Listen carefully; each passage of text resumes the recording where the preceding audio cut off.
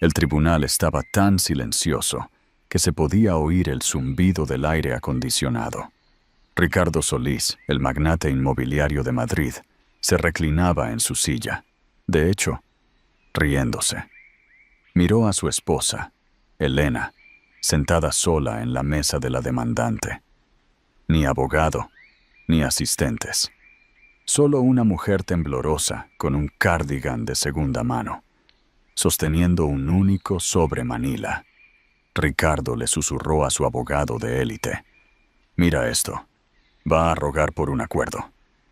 Pero la risa murió al instante cuando el juez Fernando Valdés abrió el sobre. El rostro del juez palideció. Miró por encima de sus gafas, fijó la mirada en Ricardo y preguntó: «Señor Solís, ¿sabe usted de quién es el nombre que figura realmente en la escritura de la finca de Shellhurst?». Ese fue el momento en que Ricardo se dio cuenta. El juego había terminado. El magnate y el error fatal Ricardo Solís no entraba en una sala. Era dueño de ella. Con su 1,91 m traje italiano hecho a medida, se miró en los ventanales de su oficina, en el piso 40 del edificio Solís Dinámica. Debajo, la ciudad de Madrid parecía una placa de circuito gris y brillante moviéndose a su merced. «Ricardo, la junta te espera», una voz suave ronroneó desde el intercomunicador. Era Jessica Torres, su directora financiera y, durante los últimos 18 meses, la mujer que calentaba su cama mientras su esposa, Elena, acumulaba polvo en casa. «Diles que voy, Jessica, y asegúrate de que los documentos de la fusión del distrito de almacenes estén arriba. Quiero aplastar a los representantes del sindicato antes del almuerzo». Ricardo sonrió. La vida era fácil cuando no tenías conciencia. Tenía 45 años, era más rico que Dios y estaba a punto de cerrar un trato que ocultaría 30 millones de euros en una cuenta offshore en las Islas Caimán, activos que su esposa nunca sabría que existían.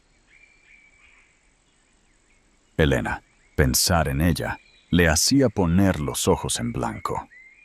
Cuando se conocieron 15 años atrás, era una bibliotecaria tímida y bonita llamada Elena Márquez. Era dulce, modesta, y lo miraba como a un superhéroe. A él le gustó eso. Él quería una fan, no una socia. Pero con los años, lo dulce se había vuelto aburrido. Usaba zapatos cómodos. Hacía voluntariado en el refugio de animales. Cocinaba estofado de ternera los martes. No tenía ni idea de que Ricardo la había superado en el momento en que su patrimonio neto alcanzó las 7 cifras. Entró en la sala de juntas. El aire olía a café caro y miedo. «Caballeros», anunció Ricardo, tomando asiento a la cabecera de la mesa de caoba. «Vamos a hacer dinero». Arturo Robles, abogado personal y solucionador de problemas de Ricardo, se inclinó. Arturo era un tiburón en traje humano, calvo, de nariz afilada y absolutamente despiadado. «Ricardo, antes de empezar, ¿recibiste el correo certificado en casa esta mañana?». Ricardo agitó una mano con desdén. Agitó, probablemente otra invitación a una gala de caridad para Elena. Le encanta malgastar mi dinero en salvar perros de 3 patas. «Era del juzgado, Ricardo», dijo Arturo, con voz baja. «Relaciones domésticas. Elena solicitó el divorcio». La sala se quedó en silencio. Ricardo miró a Arturo por un segundo, y luego una carcajada fuerte y áspera brotó de su pecho. Los miembros de la junta se miraron, confundidos, antes de reír nerviosamente junto con el jefe. ¿Divorcio? Ricardo se secó una lágrima de alegría. ¿Elena? ¿Mi Elena? Ella ni siquiera puede devolver una batidora a El Corte Inglés sin tener un ataque de ansiedad. ¿Quién la representa? ¿Es Martínez? ¿Gómez? Arturo dudó, revisando su tableta. Esa es la cuestión, Ricardo. El expediente dice, Proce. Se representa a sí misma. Ricardo golpeó la mano sobre la mesa, sonriendo. Se representa a sí misma. Oh, esto es genial. Esto es hermoso. Cree que puede ir a un tribunal superior contra nosotros. Ni siquiera sabe cómo llenar una declaración jurada financiera. Podría ser una estrategia, dijo Jessica desde el otro extremo de la mesa, entrecerrando los ojos.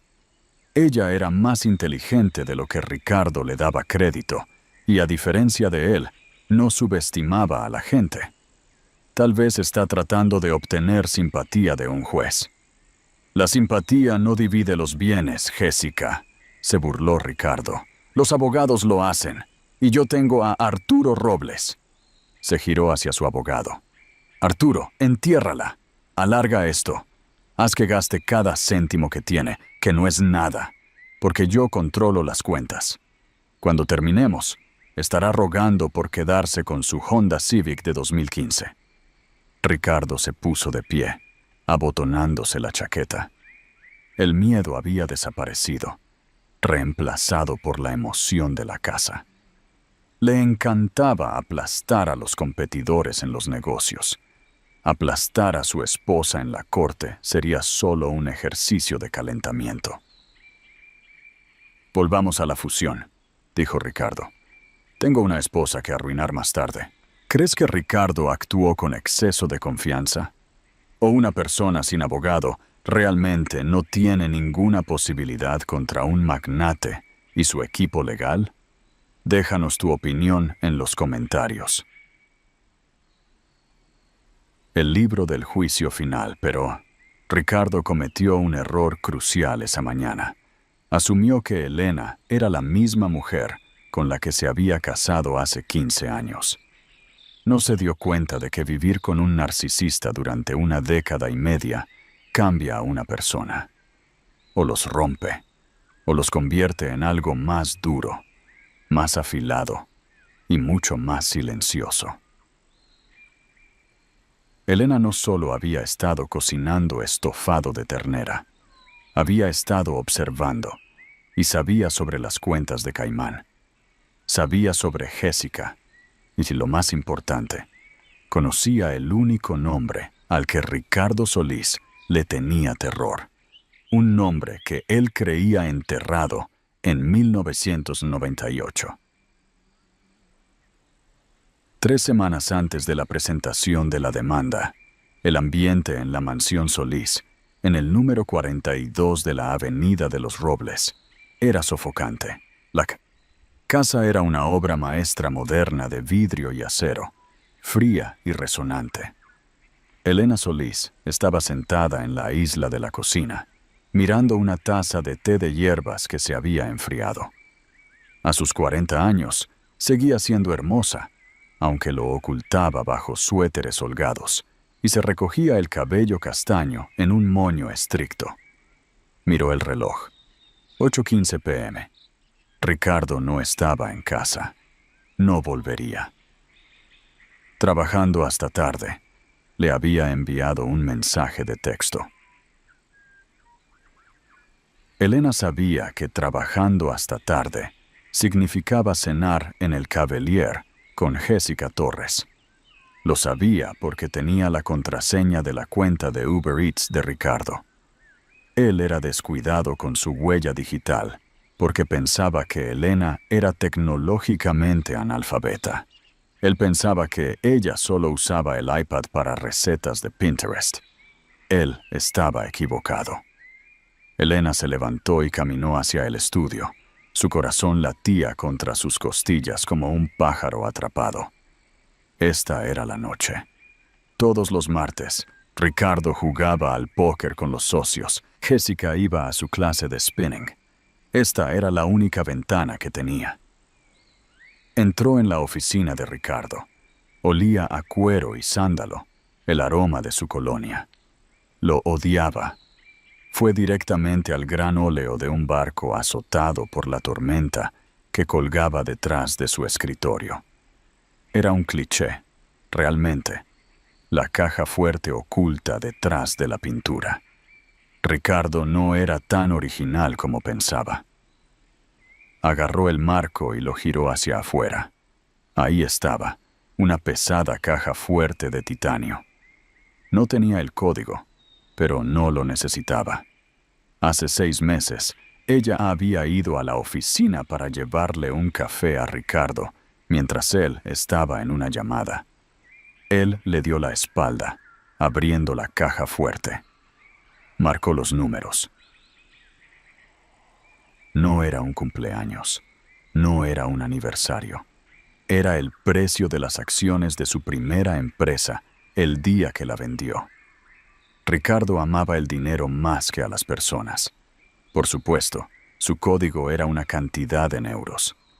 Los dedos de Elena temblaron mientras marcaba el teclado. Bip, bip, bip, bip, bip, bip, bip, bip. Una luz verde parpadeó. El golpe mecánico del cerrojo, al desbloquearse, sonó como un disparo en la casa silenciosa. Abrió la pesada puerta. Dentro había fajos de billetes, algunos relojes y un pasaporte. Elena ignoró el dinero en efectivo. Buscó la carpeta de cuero negro en la parte de atrás. Este era el libro del juicio final. Ricardo se había jactado de él una vez cuando estaba borracho de whisky. Si Hacienda alguna vez viene a por mí, Elena, este libro es mi póliza de seguro, pero nunca lo encontrarán. Abrió la carpeta. Estaba llena de documentos de constitución de empresas fantasma. Obsidiana Holdings, Agua Azul SL Fideicomiso Titán. Pasó las páginas frenéticamente. Necesitaba pruebas de la transferencia de Caimán. Si se divorciaba de él sin pruebas, el tribunal solo dividiría los activos conocidos. Ricardo se quedaría con los millones que había desviado, y a ella le quedaría una miseria. Su dedo siguió un libro mayor. Transferencia: 4.5 millones de euros. Beneficiaria: Jessica Torres. A Elena le dio una punzada de náuseas. Le estaba dando sus bienes conyugales a su amante. Siguió hojeando. Entonces se detuvo. Su respiración se aceleró. Había una escritura para un desarrollo inmobiliario comercial masivo en el centro de Madrid. El proyecto Skyline. Era la joya de la corona de Ricardo, valorado en casi 100 millones de euros. Pero Ricardo lo había estructurado extrañamente para evitar impuestos. Había puesto la propiedad del terreno en un fideicomiso ciego llamado Fideicomiso Fénix. Elena leyó la letra pequeña del documento del fideicomiso. Sus ojos se abrieron. Lo leyó de nuevo. Ricardo había sido perezoso. Había usado una vieja plantilla legal de cuando se casaron por primera vez, cuando intentaba impresionar al padre de ella, un hombre severo que no confiaba en Ricardo, para apaciguar a su suegro en aquel entonces. Ricardo había enumerado el beneficiario principal del fideicomiso, no como él mismo, sino como el heredero biológico de la línea familiar Márquez. Nunca lo había actualizado. Él pensó que controlaba el fideicomiso porque era el fiduciario, pero la propiedad, la equidad, pertenecía al beneficiario. Y luego, pegado a la parte posterior de la escritura, había una nota escrita a mano en un post-it amarillo con la letra de Ricardo. Esconde el activo aquí. El juez Valdés nunca revisa el beneficiario en los fideicomisos ciegos. Me debe un favor. Elena sacó su teléfono. No tomó una foto. Las fotos podían ser refutadas. Podían ser manipuladas. Ella tomó la escritura original. La reemplazó con un documento falso que había escrito ese mismo día. Una escritura falsa que parecía idéntica a primera vista. pero que listaba a Ricardo como el propietario. Colocó la falsificación en la carpeta, la cerró y la devolvió a la caja fuerte. Cerró la caja fuerte, movió la pintura de vuelta. Se quedó en el centro de la habitación, agarrando el documento contra su pecho. ¿Quieres una guerra, Ricardo?, susurró a la habitación vacía. Te daré una guerra, pero no usaré un abogado que puedas comprar. Voy a hacer esto yo misma. Ella sabía que si contrataba a un abogado de alto perfil, Ricardo se asustaría. Revisaría la caja fuerte, destruiría los documentos, escondería el dinero mejor. Ella tenía que parecer débil, tenía que parecer incompetente, tenía que hacerlo reír, porque cuando Ricardo se reía, cerraba los ojos. Y ahí era cuando ella atacaría la mediación, el Honda Civic Buses, los millones ocultos. La mediación obligatoria tuvo lugar 10 días después en las oficinas de Robles, Galvez y Moore, un bufete de abogados que ocupaba los 3 últimos pisos de la Torre Picasso.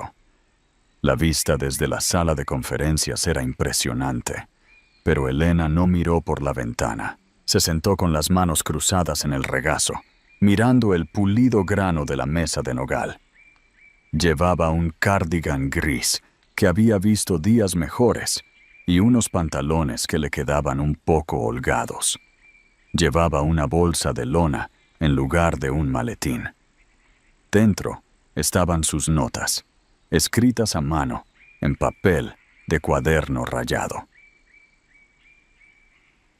Frente a ella estaban Ricardo y Arturo Robles. Parecían pilares gemelos de invencibilidad corporativa. Ricardo miraba su reloj. Un aire de aburrimiento distinto irradiaba de él. La mediadora, una mujer severa llamada Elvira Pérez, que había visto 1000 divorcios y perdido su fe en el amor en algún momento alrededor de 1995, se aclaró la garganta. «Señor Solís, señora Solís», comenzó Elvira, ajustándose las gafas.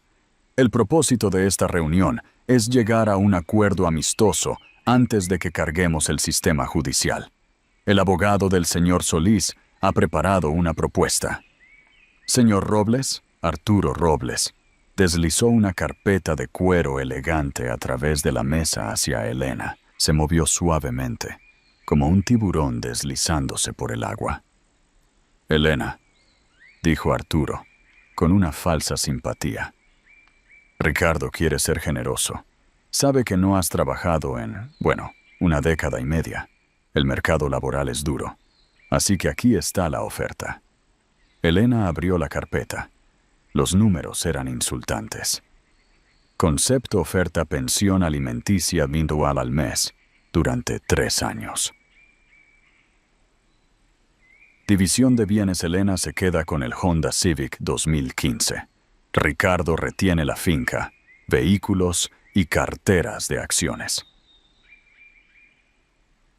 Pago único 50,000 para 50,000 pro.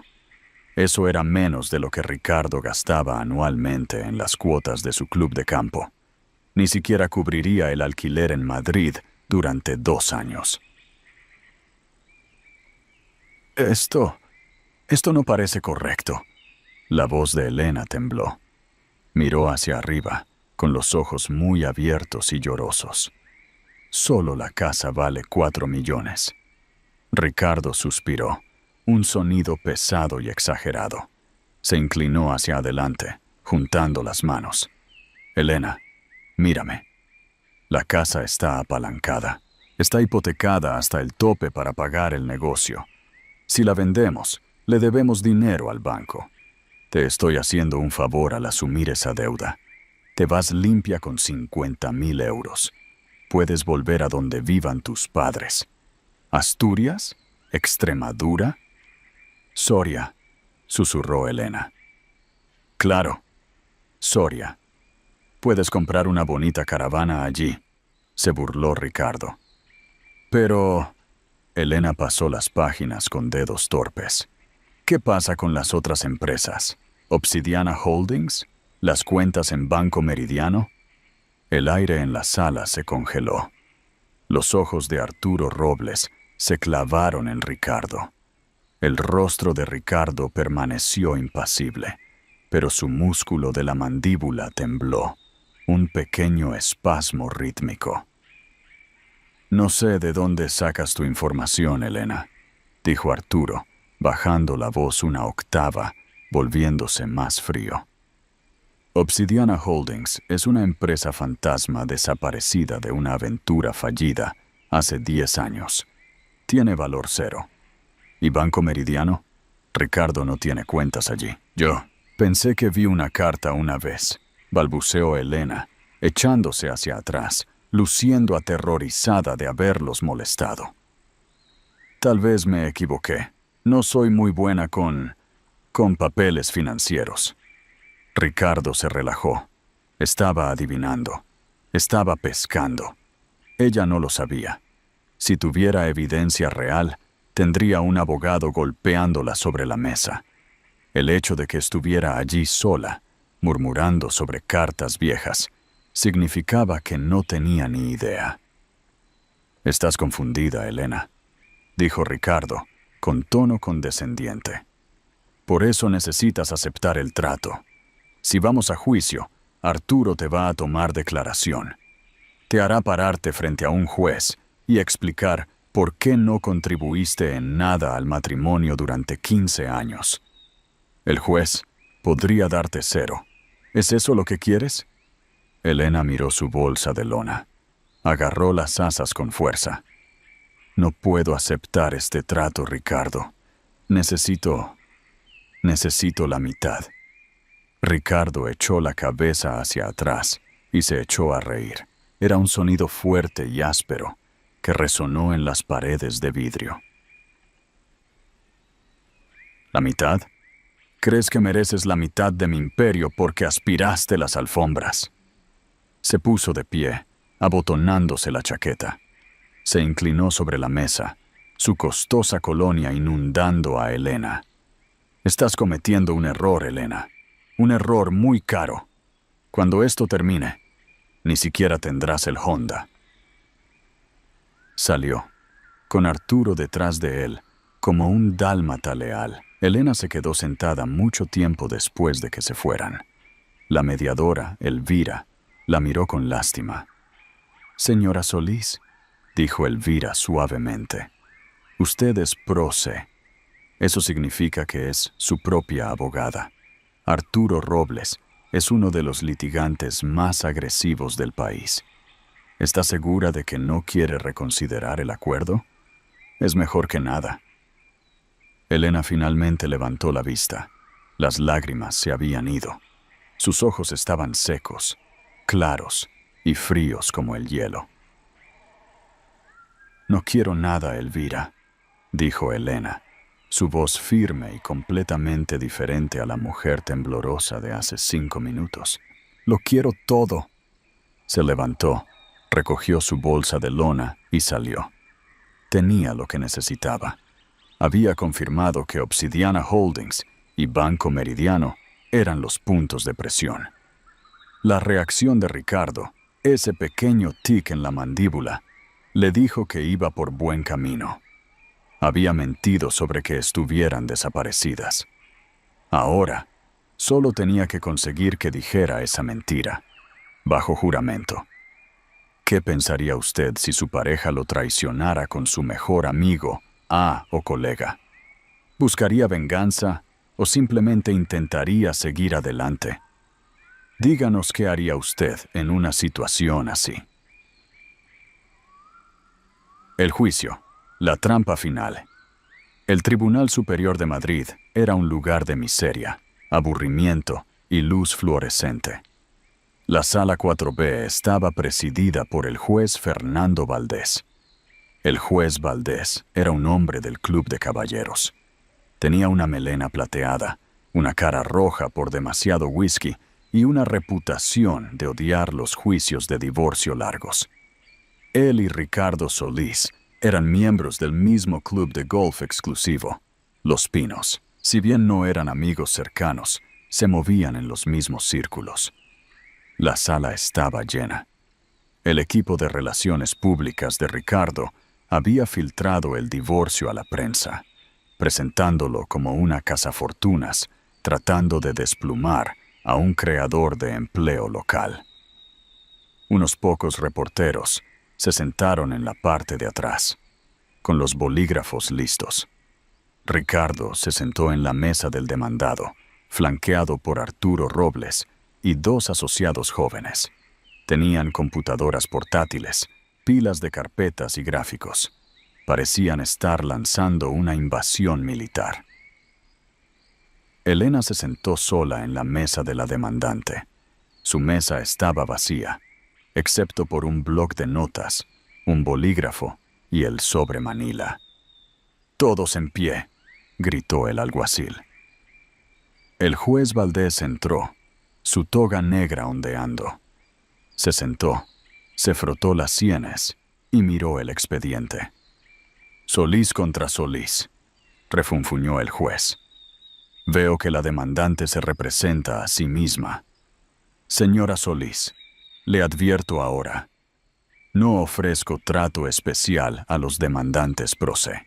Se espera que conozca las reglas de evidencia y procedimiento. Si me hace perder el tiempo, la declararé en desacato. ¿Entiende?» «Sí, señoría», dijo Elena suavemente, poniéndose de pie. «Muy bien, señor Robles. Declaración inicial». Arturo Robles se puso de pie. Estaba en su elemento. Se paseó por la sala, gesticulando elocuentemente. «Señoría, este es un caso simple. Ricardo Solís es un hombre hecho a sí mismo. Construyó Solís Dinámica desde cero. Trabajó 80 horas a la semana. Su esposa, la demandante, disfrutó de los frutos de ese trabajo sin contribuir a la cosecha. Ahora, busca destruir el mismo negocio que mantiene a cientos de empleados en esta ciudad. Todo por codicia.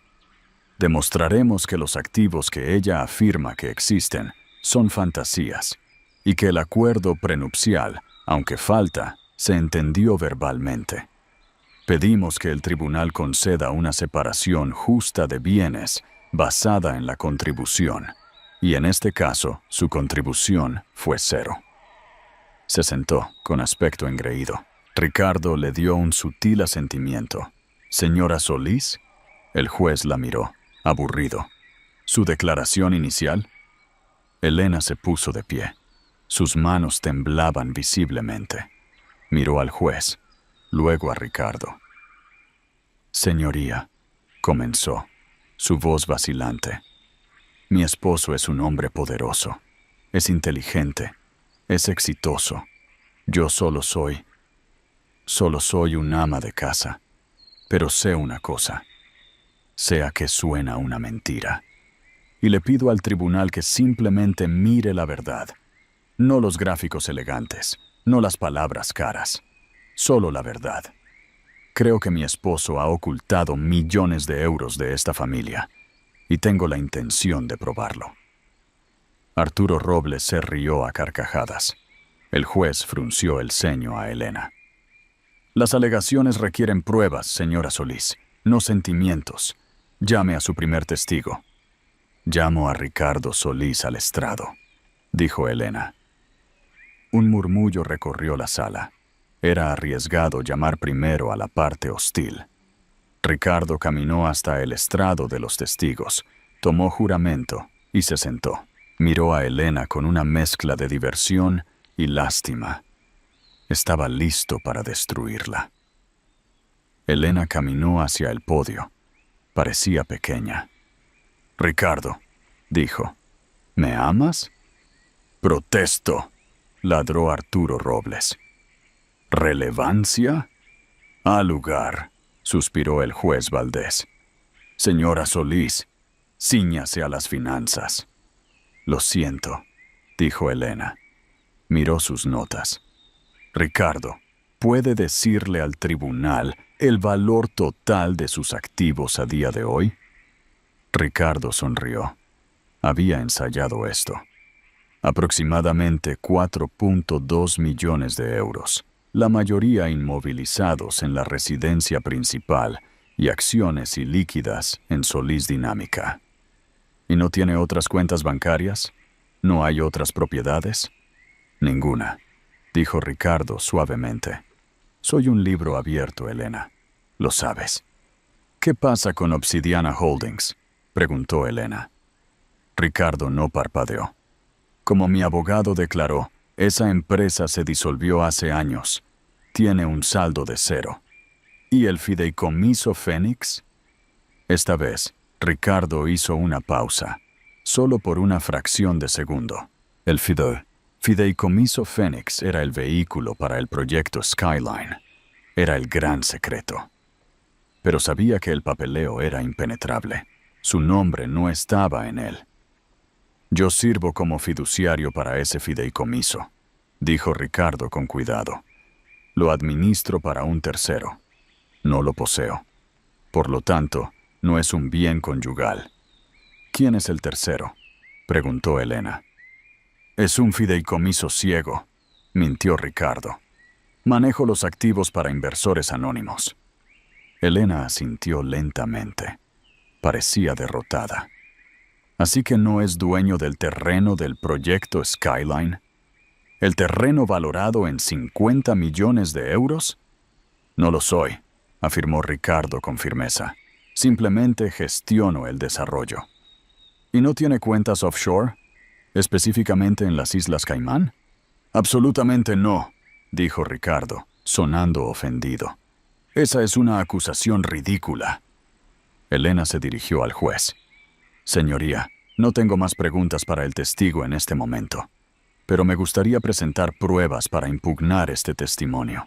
Arturo Robles se puso de pie. Protesto. No hemos visto ninguna prueba.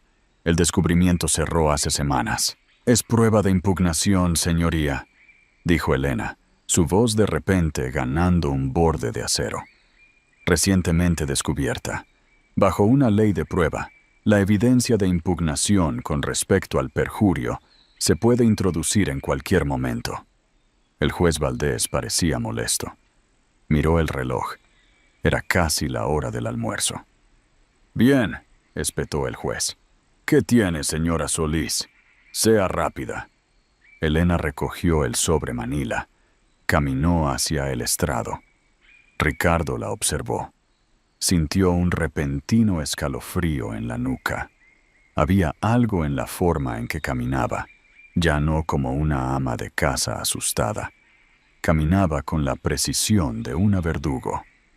Ella entregó el sobre al alguacil, quien se lo entregó al juez.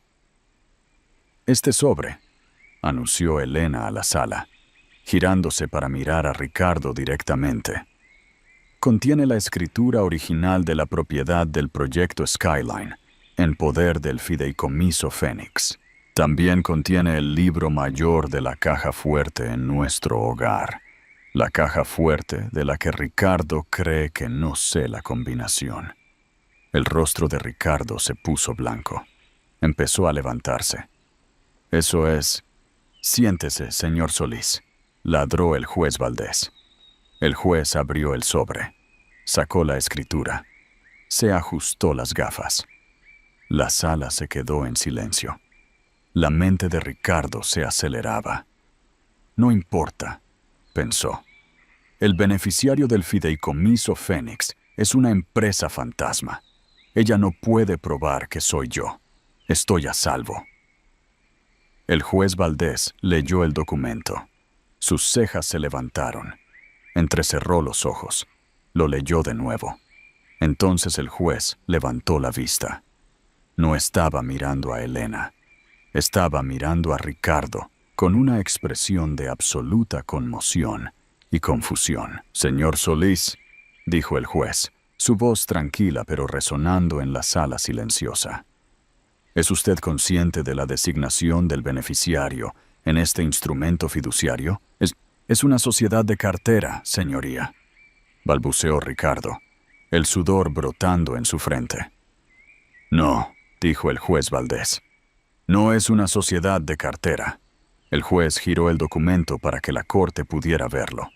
Señaló la línea en la parte inferior, la que Ricardo no había revisado en 15 años. El beneficiario del fideicomiso Fénix, y por extensión, el propietario de la propiedad del proyecto Skyline de 50 millones de euros, figura como el primogénito de Elena Márquez. Ricardo se congeló. La sangre se drenó de su rostro tan rápido que casi se desmaya. Lo recordó ahora. Hace 15 años había estado tratando de impresionar al padre de Elena.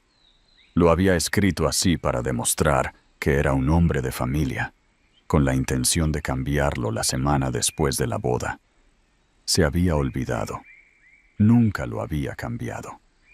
Y Elena y él no tenían hijos. «Espera», susurró Ricardo, con la voz quebrada. «Nosotros no tenemos hijos. Entonces el fideicomiso es inválido.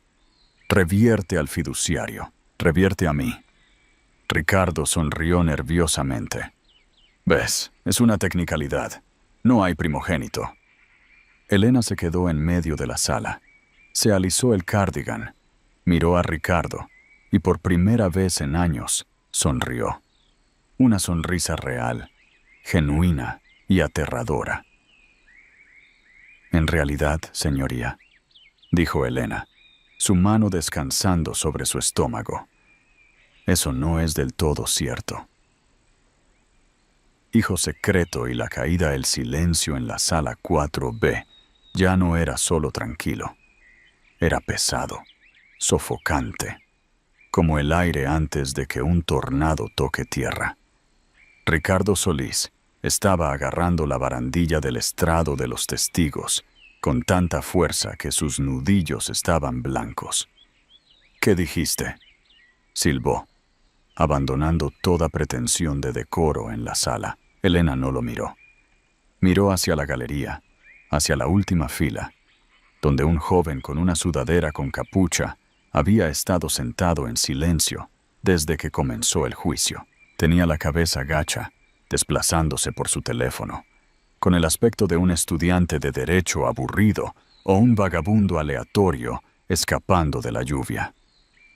«Dije», repitió Elena, su voz ganando fuerza con cada sílaba, «que la condición del beneficiario se ha cumplido. Hay un primogénito de la línea Márquez». Ella hizo un gesto hacia la parte de atrás de la sala. «Daniel, por favor, levántate». El joven de la última fila se puso de pie. Se bajó la capucha. Era alto, con el mismo cabello castaño que Elena, y una mandíbula afilada y desafiante. Parecía tener unos 19 años. Llevaba una camisa de franela barata y jeans, un fuerte contraste con los trajes de lana italiana en la mesa de la defensa. Pero sus ojos ardían con una mezcla de ira y fuego protector mientras miraba a Elena. Ricardo se quedó mirando. Parpadeó, tratando de procesar la información visual.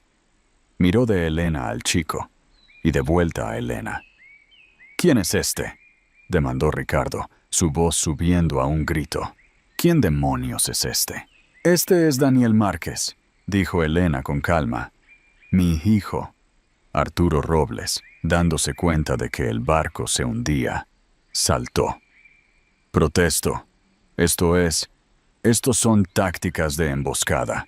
No hay registro de un niño. Tenemos declaraciones de impuestos durante 15 años. No hay dependientes listados». «No lo incluí», dijo Elena, volviéndose hacia el juez. «Porque Ricardo me dijo en nuestra segunda cita que despreciaba a los niños. Dijo que eran parásitos. Dijo que nunca se casaría con una mujer que viniera con equipaje. Así que tomé una decisión». Las lágrimas finalmente se derramaron por las mejillas de Elena, pero no eran lágrimas de debilidad. Eran lágrimas de culpa antigua y resuelta. Tenía 21 años cuando tuve a Daniel. Era joven, estaba asustada y sin dinero. Cuando conocí a Ricardo, vi una salida. Vi una vida de seguridad. Así que dejé a Daniel con mi hermana en Soria. Enviaba dinero todos los meses.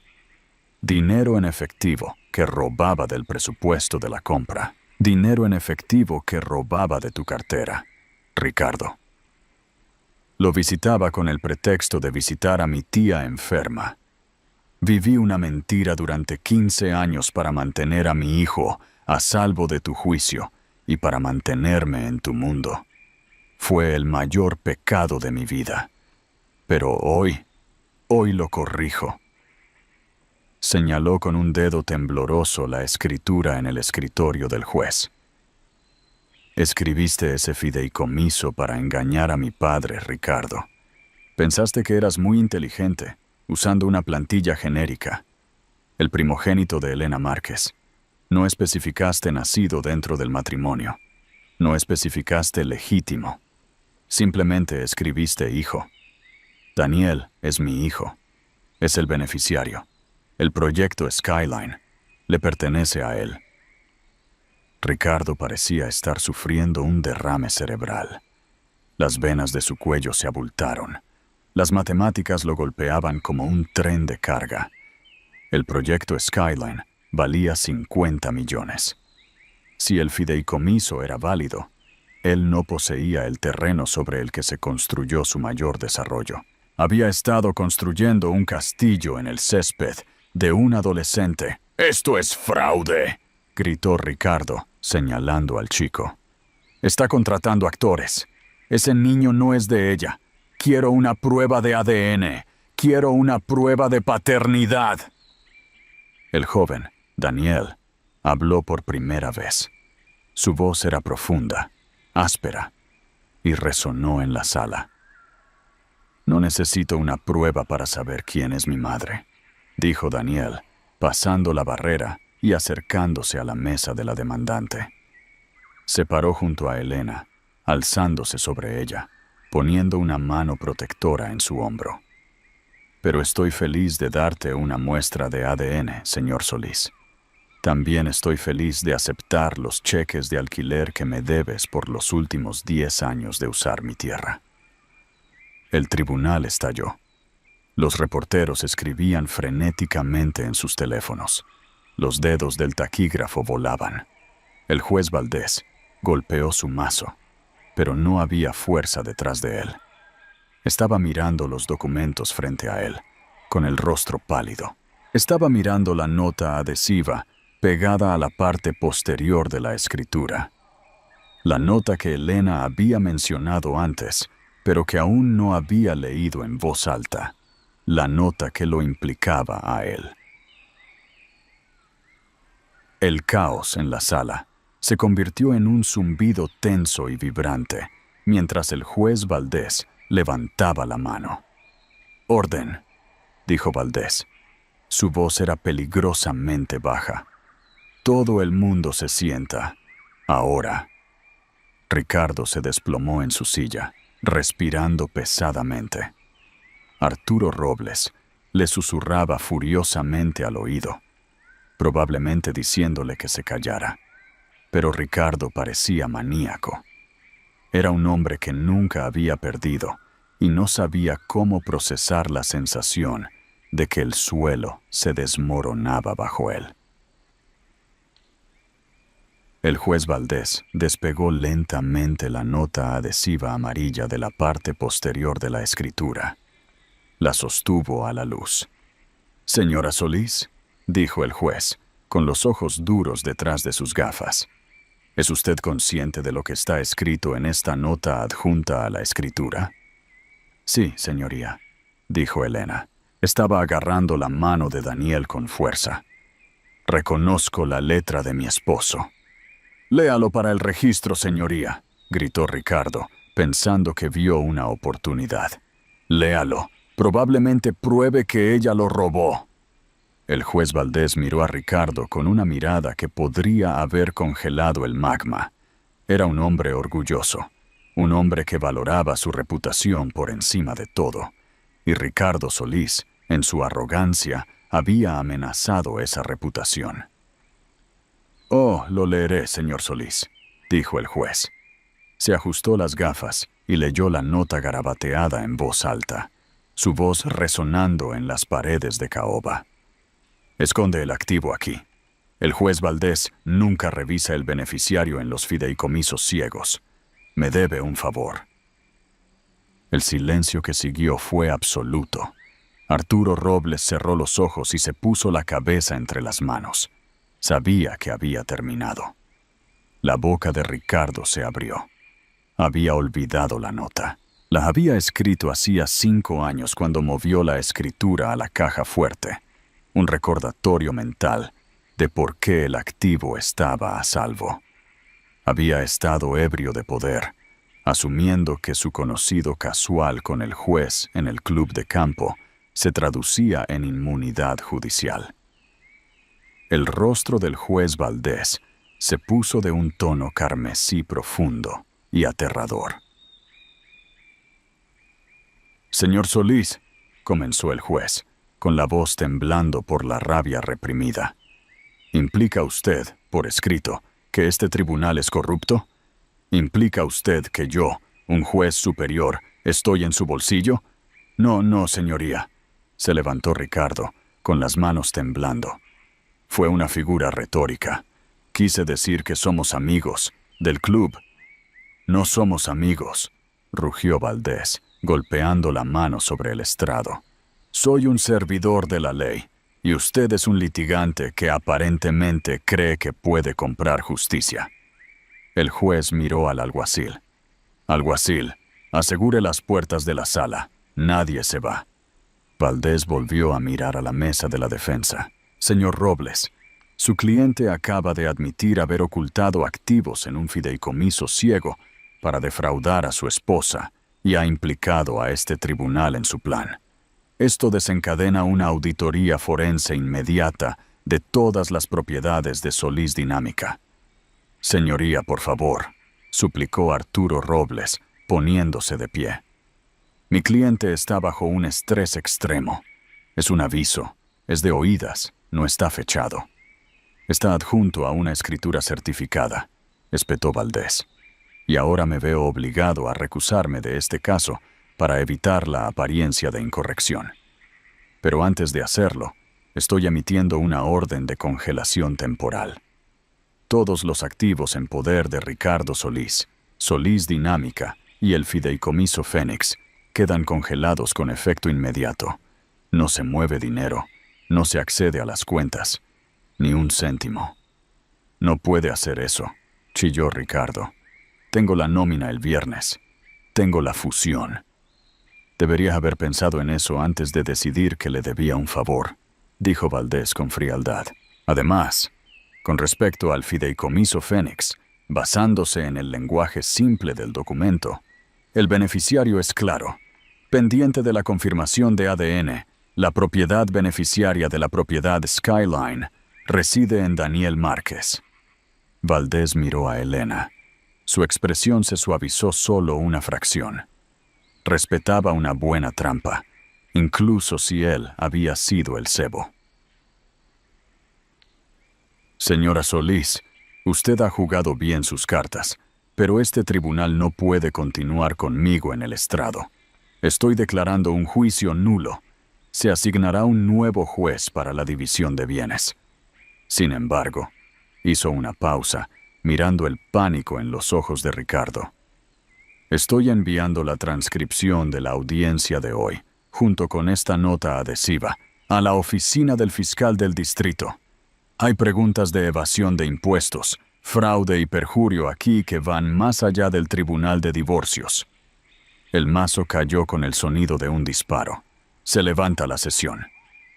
Ricardo se quedó congelado. La orden de congelación significaba que sus tarjetas de crédito no funcionarían. Sus cuentas corporativas estaban bloqueadas. La fusión que se suponía que debía firmar esa tarde estaba muerta. Miró al otro lado del pasillo. Elena estaba abrazando a su hijo. Parecían una fortaleza, impenetrables, irreales.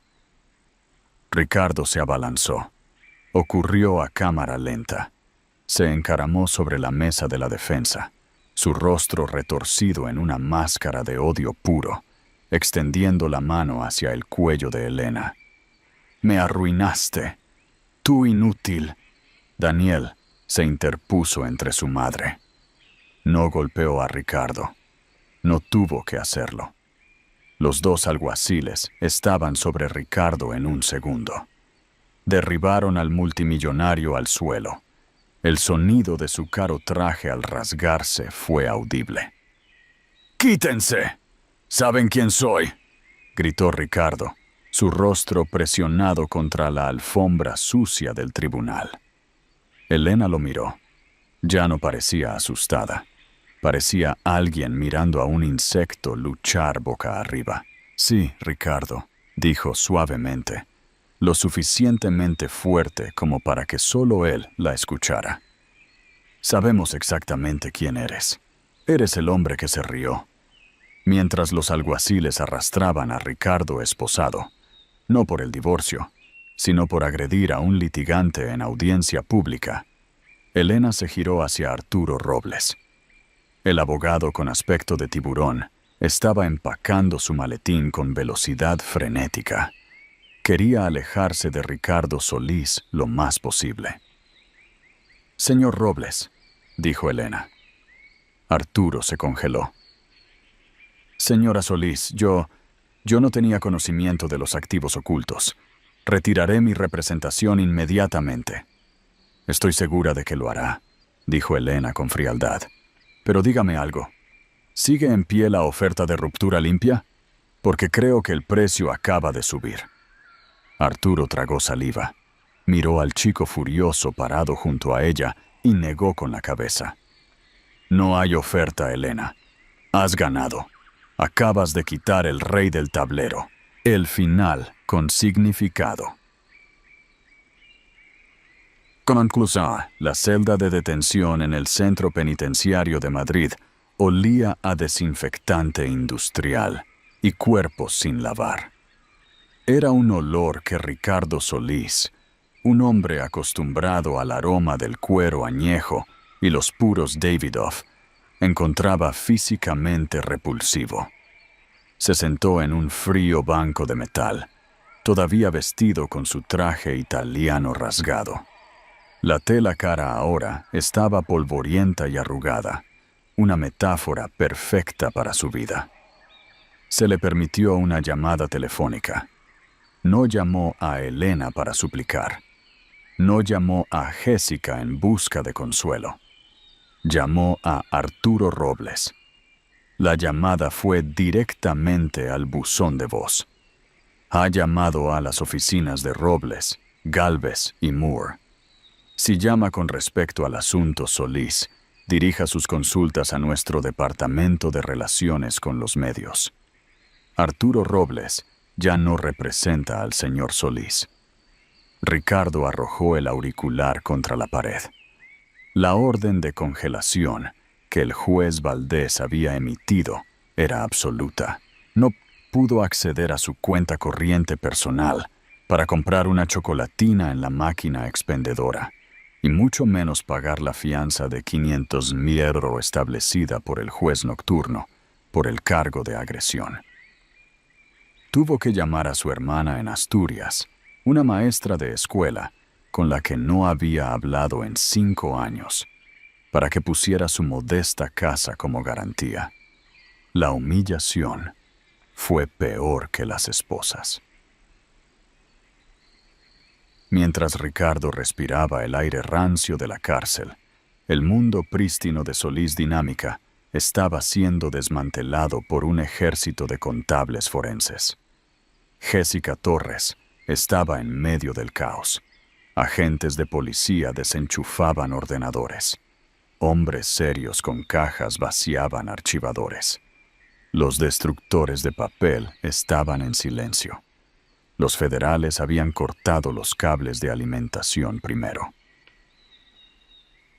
«Señorita Torres, dijo una agente de rostro severo llamada Beatriz Cortés, acercándose a Jessica. Necesitamos acceso al servidor intermediario de Caimán. Las contraseñas que proporcionó son incorrectas. Jessica miró a la agente, luego a su propio reflejo en la ventana que se oscurecía. Tenía 32 años. Era inteligente, ambiciosa, y había atado su estrella a Ricardo Solís, porque él era un cohete. Ahora era el Hindenburg. Jessica no dudó. Los supervivientes no dudan. Las contraseñas que le di fueron las que Ricardo me dijo que usara, mintió Jessica suavemente. Sin embargo, mantuve un registro personal de las pulsaciones de teclas reales que usaba cuando pensaba que no estaba mirando. Las tengo en una memoria USB en mi bolso, junto con un registro de las transferencias bancarias ilegales que me obligó a autorizar bajo coacción. La agente Cortés levantó una ceja. Está ofreciendo cooperación a cambio de inmunidad. Soy una víctima aquí, agente Cortés, dijo Jessica, su voz temblando con vulnerabilidad practicada. Ricardo es un manipulador. Solo estaba siguiendo órdenes para mantener mi trabajo. Entregó la memoria USB. Contenía todo lo necesario para enterrar a Ricardo durante 20 años por cargos federales de blanqueo de dinero. Jessica había comenzado a compilarlo hacía 6 meses, en el momento en que Ricardo bromeó sobre cambiarla por un modelo más nuevo cuando cumpliera 35 años. Para cuando Ricardo pagó la fianza y salió tambaleándose de la cárcel a las 2 de la mañana, la lluvia empapando su traje arruinado. No tenía nada. Su teléfono estaba explotando con alertas de Google.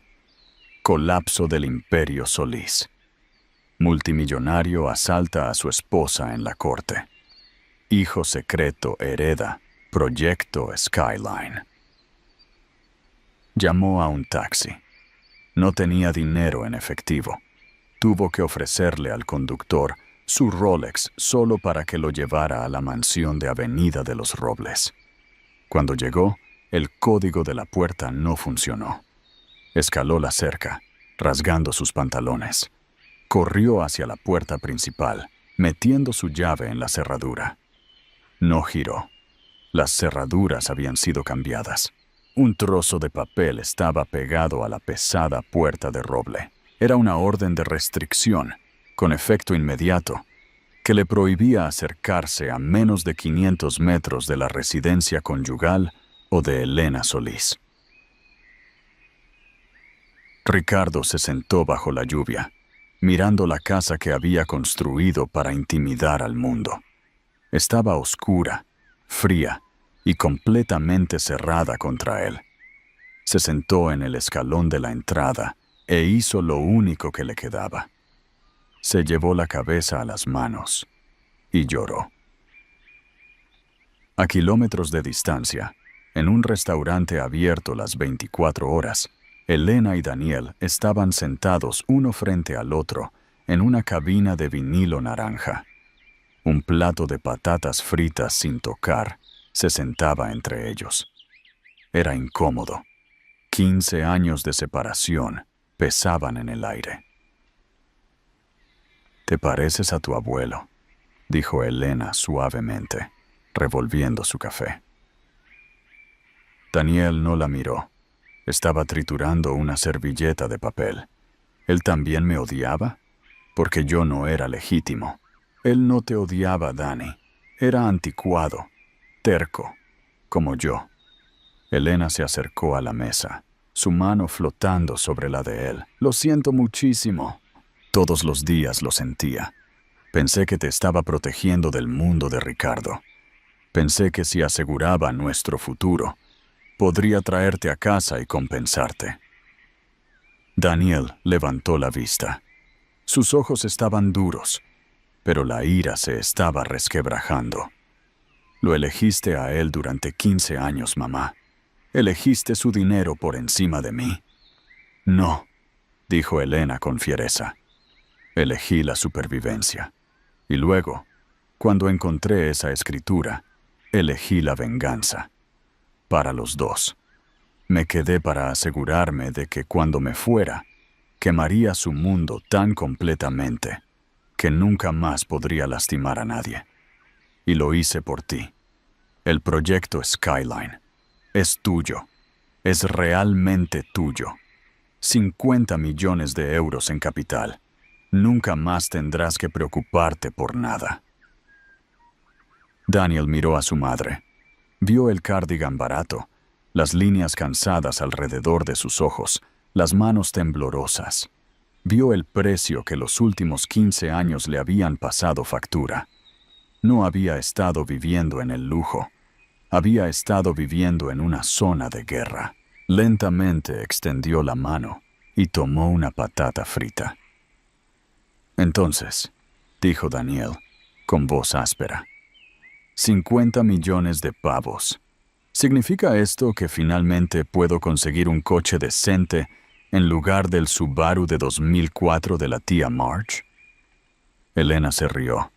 Fue una risa real, libre y ligera, la primera en una década. Sonó como campanas de viento rompiendo el silencio. Sí, chico, sonrió. Las lágrimas se filtraron de sus ojos de nuevo. Creo que podemos conseguir un coche nuevo. Epílogo y llamada a la acción 6 meses después. El divorcio se finalizó en un tiempo récord, principalmente porque a Ricardo no le quedaba dinero para luchar. La auditoría forense había sido un baño de sangre. Hacienda, la Comisión Nacional del Mercado de Valores y la policía habían descendido sobre el cadáver de Solís Dinámica como buitres. Ricardo estaba actualmente bajo arresto domiciliario en un deprimente apartamento de alquiler de un dormitorio cerca del aeropuerto, esperando el juicio por 12 cargos federales. Elena estaba sentada en la terraza de un ático con vistas a la bahía de Santander. No era una mansión. Era de buen gusto, moderno y lleno de luz. Llevaba una blusa de seda a medida y pantalones de lino, no más cardigans de segunda mano. Su cabello estaba cortado en un bob elegante y afilado. Es peor de lo que pensábamos, Elena, dijo Mark Sánchez, el contable forense principal, cerrando una carpeta gruesa. Ricardo no solo te estaba ocultando dinero, estaba ejecutando un esquema Ponzi para cubrir las pérdidas en el sector tecnológico. Los activos que recibiste, el efectivo líquido restante, las ganancias de la venta de la casa de Avenida de los Robles, eso es prácticamente todo lo que hay. ¿Qué pasa con Jessica Torres?, preguntó Elena en voz baja, sorbiendo un té helado. Mark dudó. Esa es la parte interesante. La señorita Torres llegó a un acuerdo por inmunidad. Proporcionó la evidencia que hundió a Ricardo. Pero en el proceso de auditar los libros, encontramos algo más. Durante los últimos 18 meses, Jessica había estado desviando unos 20.000 euros al mes a su propia cuenta privada. Estaba robándole mucho antes del colapso. Mark se inclinó. Lo extraño es que los protocolos de seguridad en esas cuentas específicas estaban deshabilitados, casi como si alguien con acceso maestro quisiera que ella tuviera éxito. Elena miró hacia la bahía, viendo un ferry cortar el agua azul. Ricardo era descuidado con sus contraseñas, dijo Elena vagamente. Usaba la misma para todo. Precio de las acciones de su primera empresa. Sí, 2004-88, asintió Mark. Lo sabemos. Pero la anulación de acceso maestro requería una autenticación secundaria, una llave física. Ricardo guardaba la suya en su llavero. También guardaba una de repuesto en el cajón de su escritorio en casa, dijo Elena, debajo del whisky. Mark la miró fijamente. La comprensión amaneció lentamente en él. «Usted lo sabía», susurró Mark. Sabía que Jessica le estaba robando y la dejó hacerlo. Elena se volvió hacia él, su expresión serena. «Ricardo usó el dinero para controlar a la gente, Mark. Lo usó para controlarme a mí. Y lo usó para comprar a Jessica. Sabía que mientras Jessica sintiera que estaba ganando financieramente, se mantendría leal a él. Pero la necesitaba codiciosa.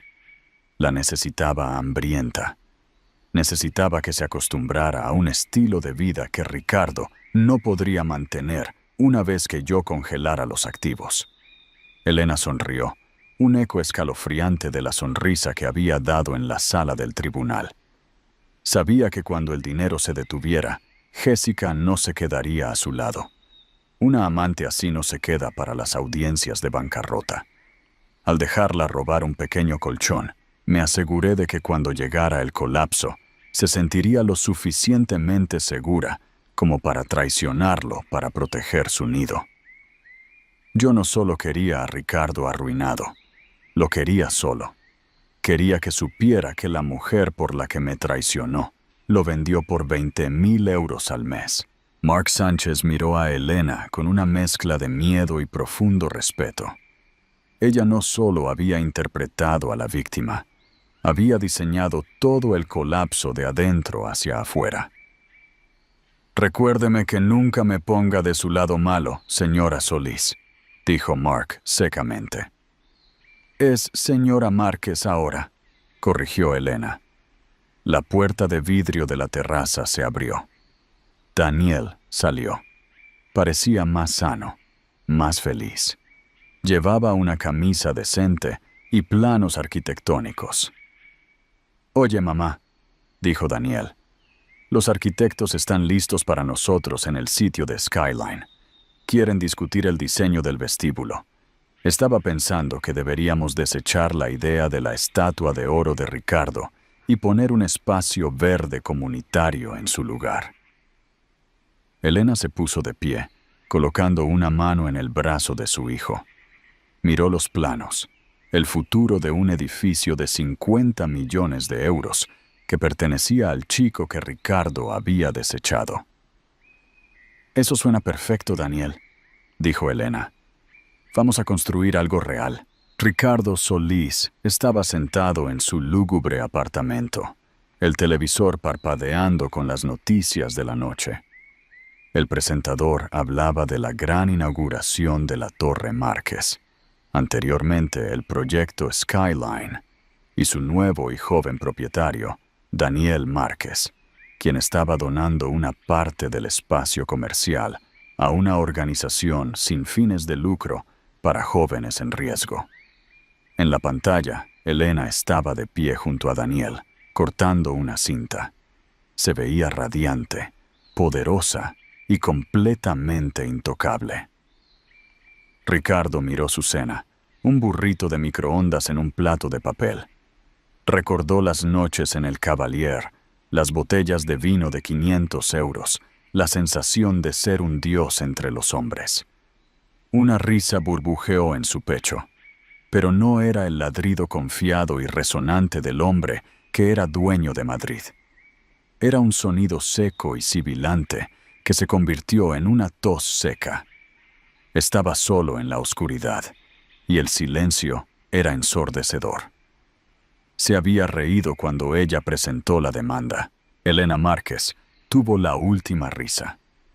¡Qué viaje! Elena no solo ganó un caso de divorcio, ejecutó una clase magistral de venganza a largo plazo. Simplemente demuestra, nunca subestimes a los silenciosos y nunca asumas que eres la persona más inteligente de la sala solo porque eres el más ruidoso. Ricardo Solís aprendió esa lección de la manera difícil, perdiendo su fortuna, su libertad y su legado ante la esposa que ignoró y el hijo que rechazó. Si disfrutaste esta historia de karma definitivo, por favor, rompe ese botón de me gusta. Realmente ayuda al canal. Suscríbete para que no te pierdas el próximo cuento épico de justicia servida en frío. Gracias por vernos.